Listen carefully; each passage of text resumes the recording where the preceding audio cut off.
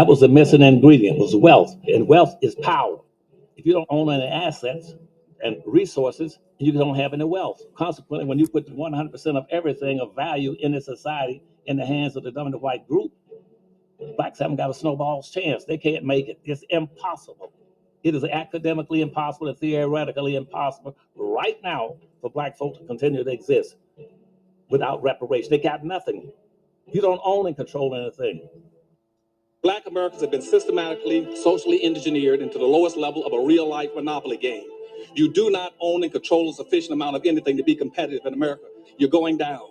What we want to do is get about the business for the first time in history of this nation, design a policy that is strictly devoted to the economic and social reform of Black America by giving them a national plan that would be proactive in resolving some of the major impediments and conflicts and developing broad racial strategies for dealing with white racism in this country. After all my years in politics and national politics and international politics, I left the government saying that somebody got to get out here and start raising Cain on behalf of black folks. I see myself as an empowerment pragmatist, saying how do we get from where we need to go as quickly as possible to save ourselves from becoming a permanent underclass in this country by the year 2013. And one of the ways that you say will not work is integration. You cannot get equality through civil rights and integration. What decides your opportunities in America is what you own and control. Why would you ever do anything that breaks yourself into smaller pieces when you're already a plan systematically programmed the minority? Time is up. You have made as a race every religion, every ethnic group, every racial group rich. There is nobody else left on earth to make rich but yourselves. If we don't solve these problems, blacks in America become a permanent underclass of beggars and criminals. And an underclass means those individuals who, by the nature of their circumstances, will be forced to live as either beggars or criminals. That's where you're going. Now, the reason you cannot win is that you've been locked into this low level of a real-life monopoly game. You do not own and control enough of wealth.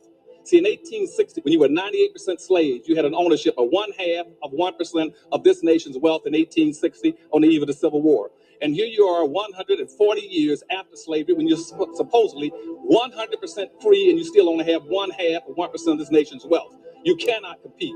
The typical average white person in America has 3,500 times more money than you have. You have not moved one iota in acquiring the most significant and the most important thing in our society.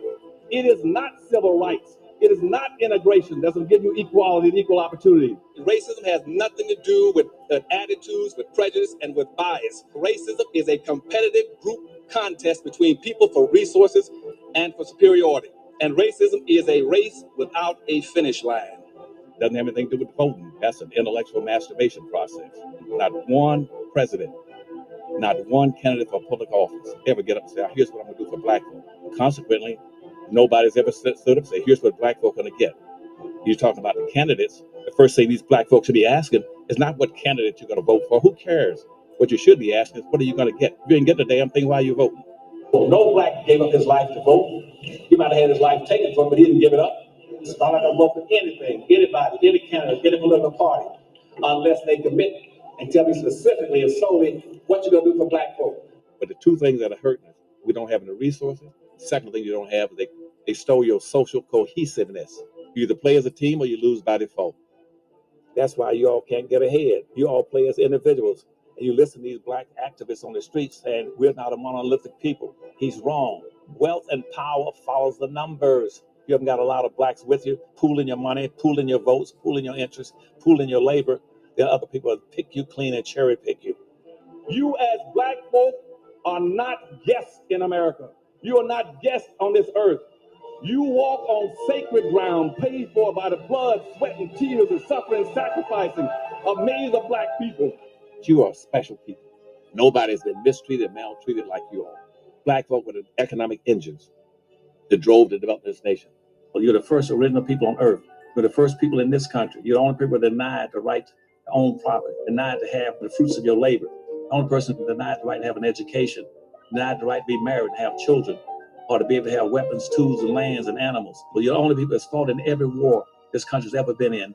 Everybody else in this country, I don't care what their racial, ethnic extraction is, they have fought this country. This country owe you.